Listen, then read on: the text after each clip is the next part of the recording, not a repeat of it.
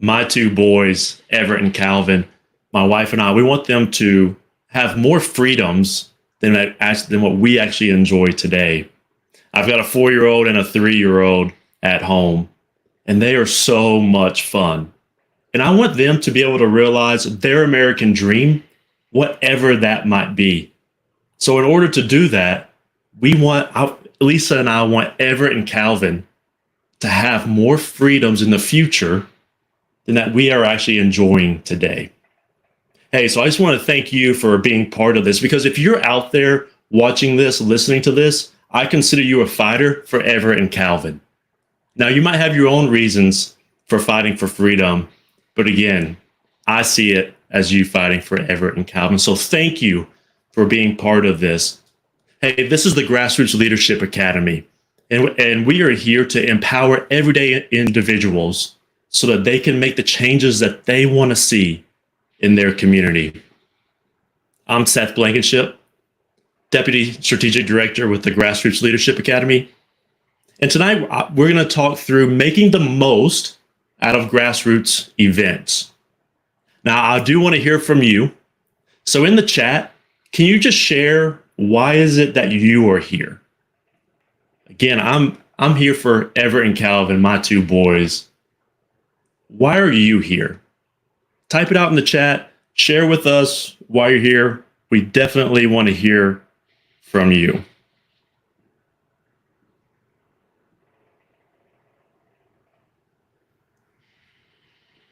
Grassroots events are great. They're a way to build community, get your name out there, and really bring awareness to issues around us. So why use events? One, we get to recruit new activists, right? There's going to be other like-minded people out there who care about the same issues that you do. So we just get to be in the same space together and talk about those issues. We get to educate key stakeholders, new activists, the policymakers who make the policy and regulations that affect us each and every day, and local community leaders, right? We often get to be subject matter experts on the things that we care about the most. Again, I just talked about Everett and Calvin, and they're going to be going through school. And so education is very important to Lisa and I. So we get to be subject matter experts on education in our community because we are having children going through, and that's the phase of life that we're in. And also you get to build your brand and have issue awareness. Another issue in our community is Airbnb regulations. I feel like that happens a lot in different communities around the country, where more regulations are put on these short-term rentals. A lot of people may not understand or know that those issues might be affecting their livelihood or the potential of them starting a business. So we get to be those subject matter experts and really just bring awareness to the issues around us. We can do a few different types of events. There's small events.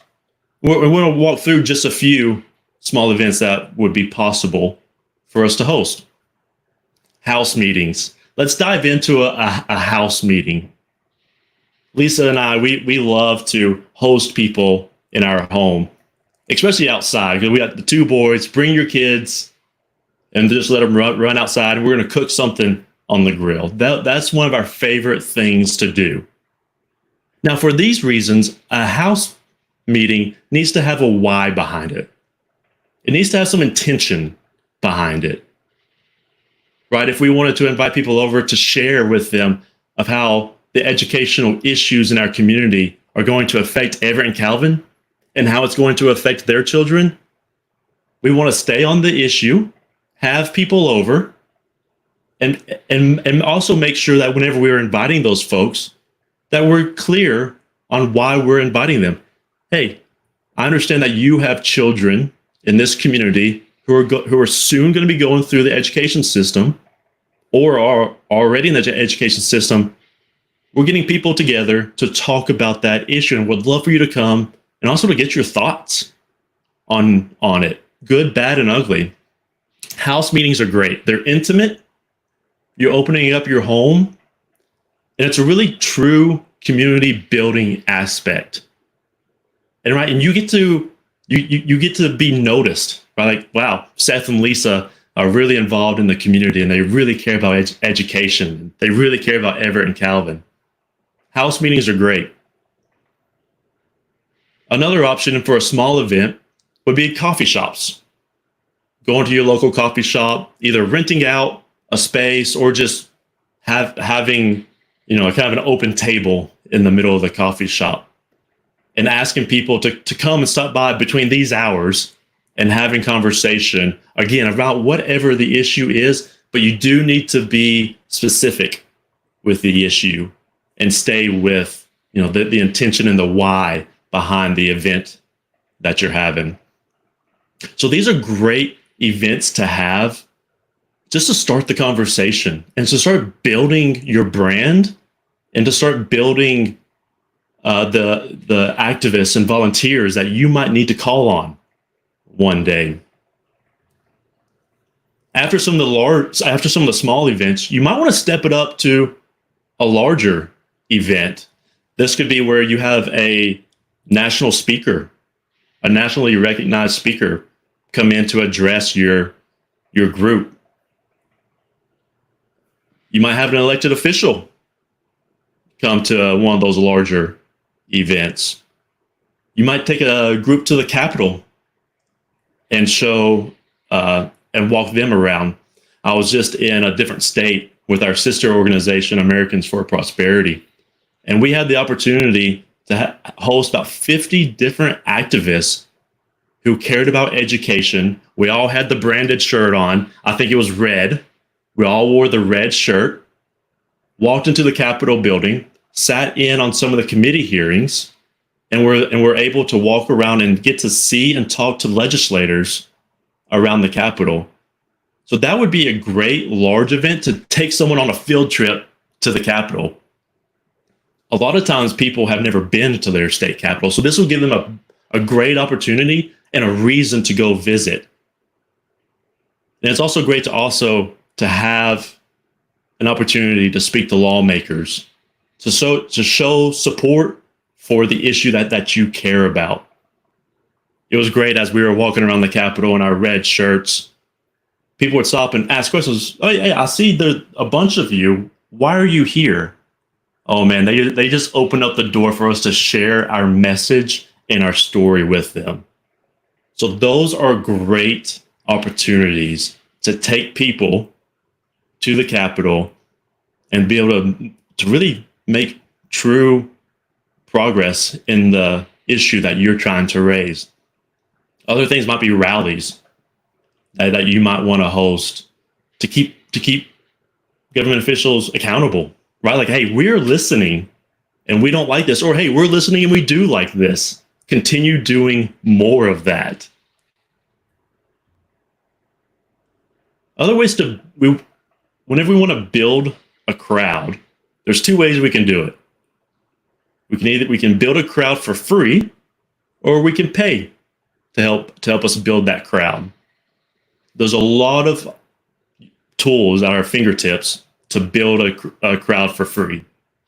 You got X, you have Facebook, email, calling people, using your Rolodex of friends to call them, to invite them, to personal invite them to your event.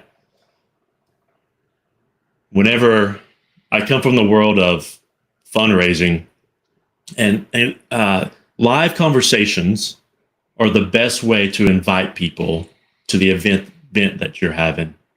So whenever I was in fundraising, before joining the Grassroots Leadership Academy, I put together a team who called through over 400 names, 400 phone numbers in about a week span to invite them to a fundraising event that we were having in Southwest Florida. It takes a lot of work. It takes a lot of time to call through that Rolodex, but having a two-way conversation is the best way to invite someone. So even though we did call through, it was over 400 names. We had about 200 people show up to that event. Now we used multiple resources to invite people. So we did the email, we did newsletters, we did physical mail, but really the phone calls were the best way of getting people to your event. Drop in the chat, what are some good ways, free ways to get people to your event? I'd love to hear your ideas. We're constantly learning here at the Grassroots Leadership Academy to hear from you about best practices when it comes to building a crowd. Again, Facebook, X, all the social media. If you can do a story on your social media or record yourself inviting folks, physical bulletins around the neighborhood, around your town. A church, go to churches and put up in their bulletin, at libraries, public libraries, put it up on there. So physical bulletins, putting up around town to invite people to your event. And again, just remember to be specific as to why you're inviting someone or what the intention is around the event. Again, back in fundraising, whenever we would talk to a prospective donor, and if we were just going to say, if we invited them out to lunch and we knew in our minds that they are hopefully a future donor, if we just invited them out to lunch, that's what we did. We went and had lunch with them. We didn't talk about money. We didn't talk about them giving money to the organization. We just did what we wanted, what we asked for them. Now we might follow up and say, hey, next time, would it be okay if I talk to you about giving to the organization? And then they would say, yeah or no. The point being, you need to be specific as to why you're inviting people, the intention behind the event. So if we invited people over just to have, we were just telling people, just come over and have hot dogs and hamburgers at our house. And then we started talking about the issue of education. Those people who came, who just thought we were just having them over for fun and having a good time, and we start this preaching about education, that might turn people off. So just be upfront. Hey, this is an event about the issue of education. We're wanting to hear from you. Or we've got some speakers coming in to share more about the good and the bad about the education in our community. So just be specific with what the intention of the event is. And that'll draw people, right? Again, just using the issue of education, if I see that somewhere, that's naturally going to draw my eye and something that Lisa and I are probably going to be interested in. So one, you're clear about why you're having the event and why the people should come. And it gives someone a reason to come. Someone may not want to come just for the hot dogs and hamburgers. They actually want to come to learn something. So if you can be clear about that, the clearer, the better with your messaging, inviting people. So those are some free ways to build the crowd. Share some ways that, again, that you have been able to recruit for an event. Again, phone calls are the best way. There's also ways that we can pay to get people, to get the word out. There's newspaper ads, physical mailers like postcards inviting people, save the dates. There's radio ads that you could do. And there's paid social media where you can actually target a group of folks on different social media platforms. So you can either do it the free way or do some paid way as well, or mix them together to get the best result of your event. All right, now we need to talk about timeline, right? Everything always comes up too soon. Like, oh, we didn't prepare for that because we didn't have enough time. For planning an event, you need at least 6 weeks. Please, at least 6 weeks. Don't think you can do it in a week's time. From the logistics of securing an event, securing like the location of it, the time of it, you need at least 6 weeks to to get the logistics there, and then to start inviting people. So a good rule of thumb is if you're going to be sending out an email, do about a month in advance of the event. Start posting to Facebook about 3 weeks prior to the event. And just remember, if you think that you've invited someone enough time, you have not. Invite them again in a different way. So if you invited someone via email and you shared a Facebook event with them, do not think that that is good enough. Pick up the phone and call them. Hey, did you get my email? Hey, did you see what I posted on Facebook? I think I shared it with you. That's a good opportunity to, one, connect with them and to personally invite them to the event. So you need to invite them at least 3 times in 3 different ways. So if you think that you've invited someone enough times, trust me, you have not. Let them tell you, okay, Seth, yes, I am going. Stop calling me. That would be that would be awesome. So always remember, invite them again and in a different way. And then once you have people who said that they are coming, and if you've captured that information, please call them 24 to 48 hours before the event. One, it acts as a reminder for them. And again, you can't over-invite them. So it reminds them of the event. And it gives you, again, another opportunity to just have that one-on-one connection with that person. A good way that I like to do it is, usually there's food at an event. So I like to start the conversation. Hey, we're just getting our numbers situated for food because we got to get a final head count. I've got to report it to catering, or I got to report it to Chick-fil-A. So we got enough Chick-fil-A boxes. Whether or not that's true or not, that gives you an opportunity for them to, one, give you a firm yes or no, because then they understand, hey, there's actual money associated with me going or not, right? There's the food that's being prepared for me. So it gives them a more of a firm commitment to be able to attend your event. So please, 24 to 48 hours before the event, call them and just remind them of the event and say, hey, I'm getting a final head count. Are you in or are you out?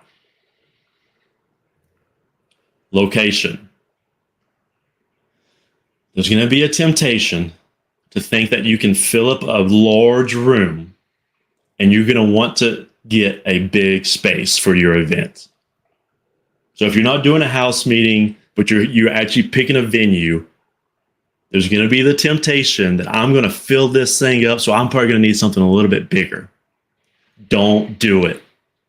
Let the temptation sit there. Don't dive into it. A rule of thumb is you actually probably want to realistically expect 60% of the people that which you have set a goal for. Easy numbers. If you think you can get 100 people to an event, you're probably looking at about 60% of that. So you're thinking about 60 people who are actually going to come to the event. So if you have an opportunity, if your goal is 100, and you really and you're choosing between a room that can sit 125 people and 75 people, please go to the 75 route. It is so much better to have a standing room, jam-packed house than it is to have empty seats in your event space. It is so much better. I'm going to say it one more time. It is so much better to have a jam-packed, standing room only than it is to have empty seats. So please go smaller when booking your event space. It's hard these time of days. I mean, we do events all over the country, and it's hard to get people to commit and to actually show up to the event. That's why calling someone before, 24 to 48 hours is important.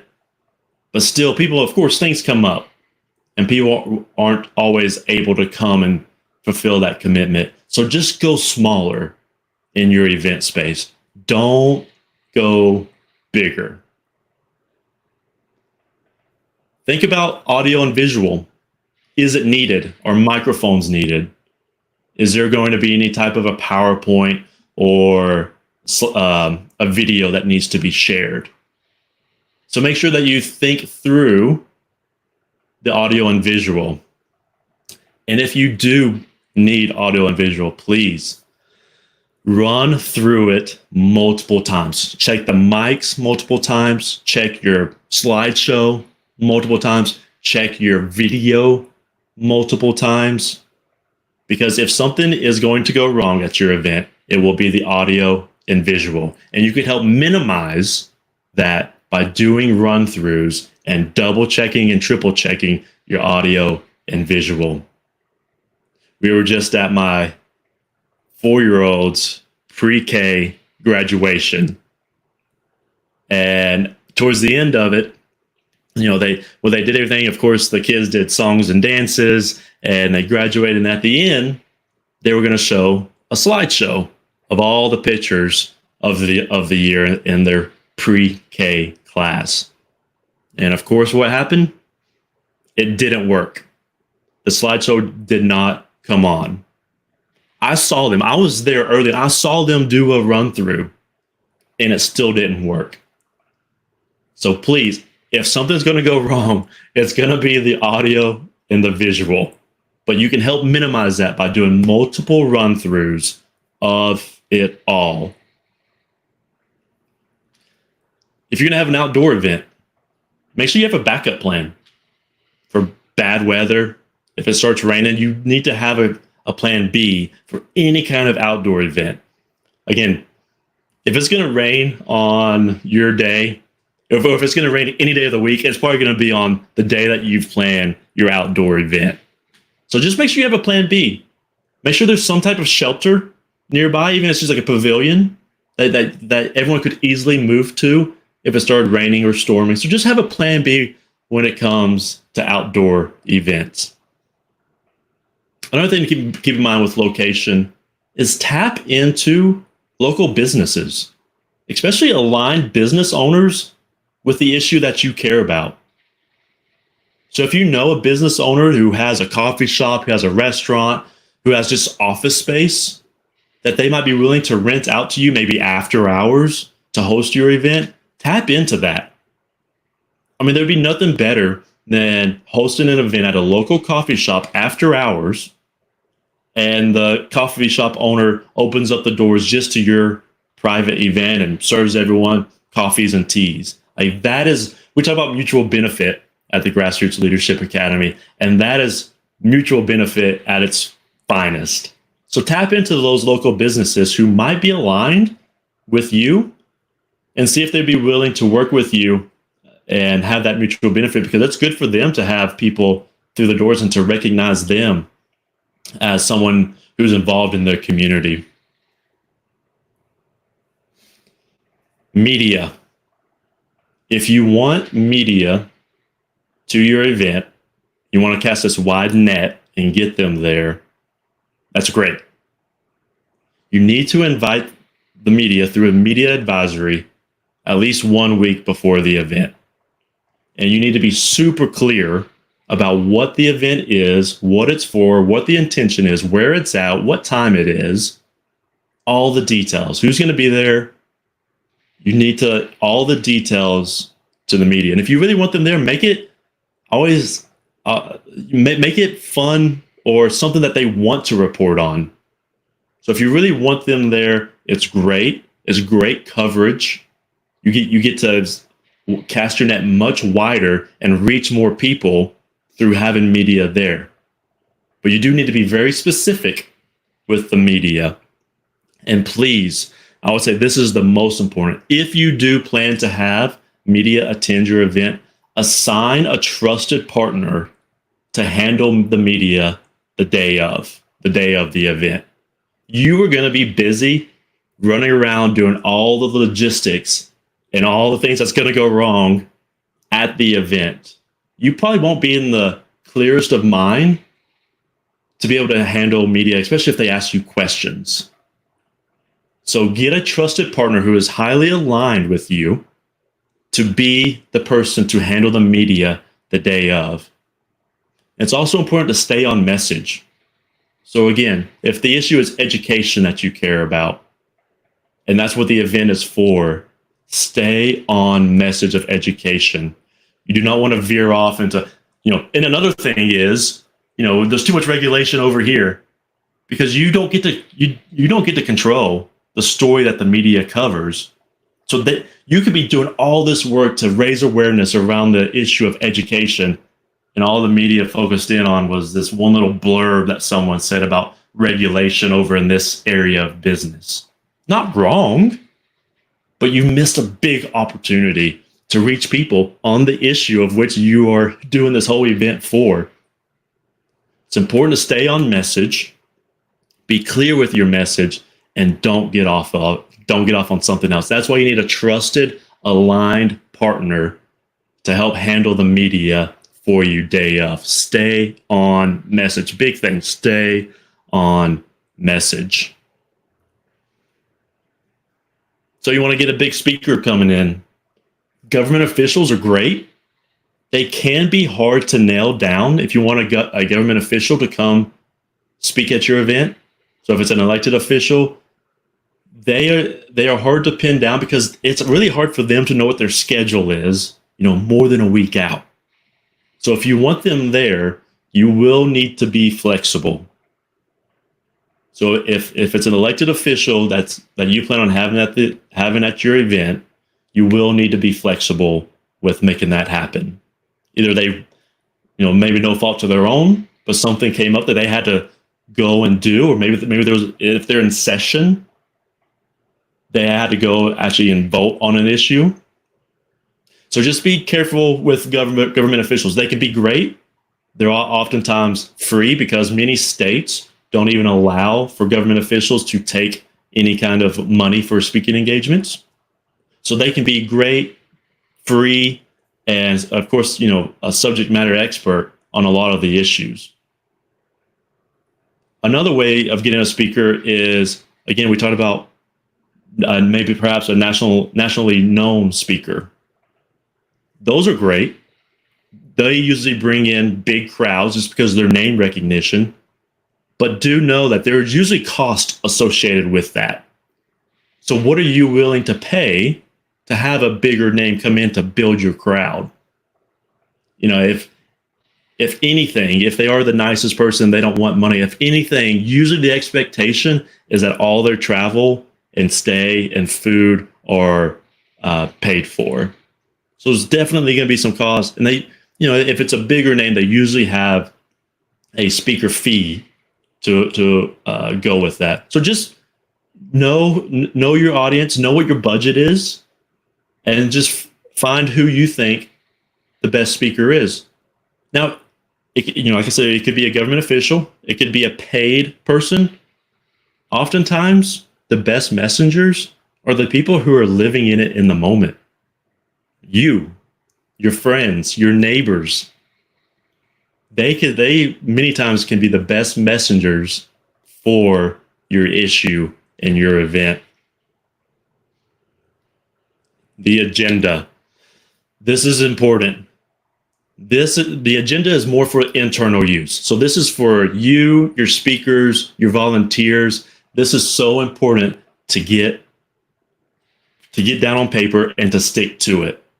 I don't know if you've ever been to events where you have one or two people who won't get off the stage because they just keep talking and they keep talking and they keep talking. And even though maybe the host, the event planner, the host has told everyone, hey, 3 minutes, that's all you get.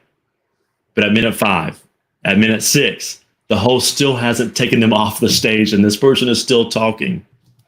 I know I've been to many events like that where people just keep going. So it is important to have a time-specific agenda, and maybe more importantly, is that you actually stick to it.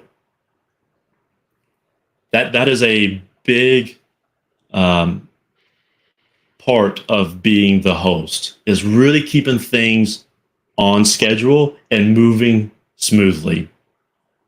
So having an agenda saying, hey, at 6:05, first speaker, at 6:08, second speaker, and going down the list and being very specific about who's coming up on stage next, who's speaking next, what might be needed. So if there's a slideshow for one of the speakers or part of the program, add that in. Make sure everything's we talked about the audio and visual earlier, making sure everything is working smoothly. But please have it on paper and hand it out to your volunteers and your speakers. And it's really good. I love on the picture here that it's a different color. It's yellow. Pick something that's not white on a piece of paper. And it would actually be even better if it was kind of like pocket-sized cardstock paper. So if you can fit your agenda, again, this is for internal use. This is not for what everyone sees. If you can put your agenda on a cardstock sheet of paper that's a pocket size on a colored sheet of paper, yellow, red, blue, and hand it out to your volunteers and people who are helping you behind the scenes, that would be best. So everyone knows what's coming up next and they can be in position to know who's up next, what needs to be done. And like I said, most importantly is to stick with it. If someone starts going over the time, they need to come off the stage. And it's really good to have the run-throughs with everyone involved and to have the agreed upon outcomes. Hey, we really need to stick to your 5 minutes. And here's what I'm going to do if you start going over. You know, you don't have to physically kick them off, but just have agreed upon outcomes as to, hey, 5 minutes, we're all going to agree to that. And here's the steps I'm going to take if we start going over. And they can be gentle steps. Like, you don't have to physically pick them up and remove them, but, just coming up and maybe, putting your hand on their back as they're talking, just letting them know, hey, time's up for them. So creating an agenda, stick with it, and it'll make your event run smoothly. And people will appreciate it. I mean, there's nothing worse than sitting in the audience and hearing someone just go on and on when we've got more speakers coming up, or it's just over time. So your audience will thank you. All the other speakers, volunteers, and participants will thank you. Create an agenda, stick with it, be as specific on that agenda as possible, run it through with everyone before the program, and have all these agreed upon outcomes. All right. So the 10 takeaways to a successful event. A convenient location. Have the place where it's not too far. And a lot of people don't want to drive more than 30 minutes to get somewhere. A convenient location. 2, don't break the bank. This is a grassroots event. You don't have to roll out the red carpet for everything. Some of the best events I've been to, they've thrown some pizza out on the table and we've had great discussion. You don't have to break the bank. 3, ask yourself, would you want to attend this event that you're planning?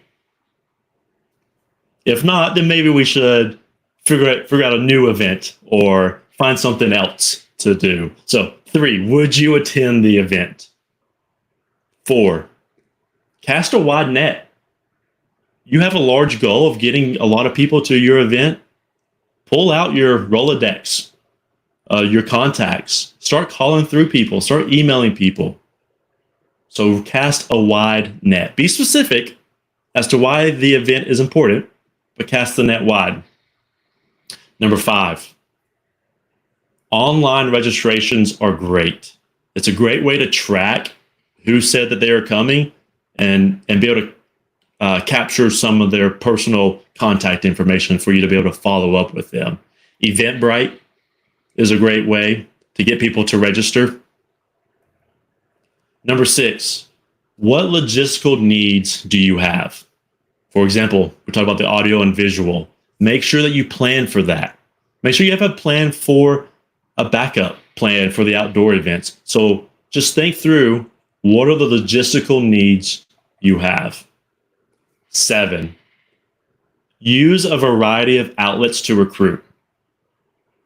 Again, email, Facebook, X, radio ads, newspaper ads, physical bulletins, physical mailers to invite people, telephone, pick up the phone and call someone, text. Even if text is good. Telephone is still best, but texting someone too. So use a variety of outlets to recruit for your event. Number 8, venue contracts. For example, if you host your event at a hotel, there's going to be a contract that you're going to need to sign to rent out their event space. Just make sure it's all covered. Everything that you need, those logistical needs, are in there. So if you need a projector, make sure it's in the contract.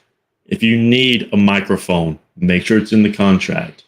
If you need signage, so people know where to go whenever they walk into the hotel, make sure it's in the contract. 9, pick the right time of day. Oftentimes, we find that between like 6 p.m. and 8 p.m. are a good time because most people get off work around 5. Now that's changed since COVID, and a lot more people have work from home, so that can be flexible. But in general, a 6 to 8 p.m. is usually a good time for an event. There's always going to be caveats. In fact, we were in Florida hosting an event, and our target audience was actually moms with children, school-aged children. So 6 to 8 is actually a terrible time for moms with school-aged children. Either, dinner is that time, they're at the ball field during that time. So actually 6 to 8 is actually not a good time. But any time between 9 a.m. and 2 p.m. was a great time. If they can drop their kids off at school at 8, go to your event, from 9 to 11, and then have, plenty of time for the rest of the day to go pick up their kids from school. So just know your audience and pick the right time of day that best fits, makes it easy for your audience. And follow up. Number 10 is follow up. Follow up with the attendees to your event. Whether it's a survey that you can send out to ask what they liked about your event, what they got out of your event, will be helpful for planning your next event to see where you missed the mark. And that's not really the intention that I was hoping I would get out of this event. So getting feedback is great. Also, just follow up with a thank you. Hey, thanks for coming. Call them the next week and just say thank you. If you have their information and you can give them a physical thank you, that would be awesome. And also attached with this is always have your next event already planned. You want to invite people to your next event at the current event. So have something planned out 2 weeks, a month away to be able to invite the people sitting in the room to your very next event. So follow up with them, invite them to your next event so that you can continue to build this movement to create the change that you want to see made. Thank you again for taking this time. Again, I shared about Everett and Calvin, my 2 boys, and how I want them to realize their American dream, no matter what that is. And in order to do that, I want them to be able to have more freedoms tomorrow than we are enjoying today. That's really what we get to do at the Grassroots Leadership Academy. We get to build and empower people, everyday citizens, to make the change that they want to make. I so thank you, because Everett and Calvin are going to be better off tomorrow because of you and the change that you're making in the community. We have many trainings. This is just one, and we want to do them live with you. Please go to glatraining.org for more resources and more ways that you can be involved in your community and how we can help you do that. So please visit us at glatraining.org. Hey, I'm Seth Blankenship with the Grassroots Leadership Academy. Thank you so much for coming on this evening.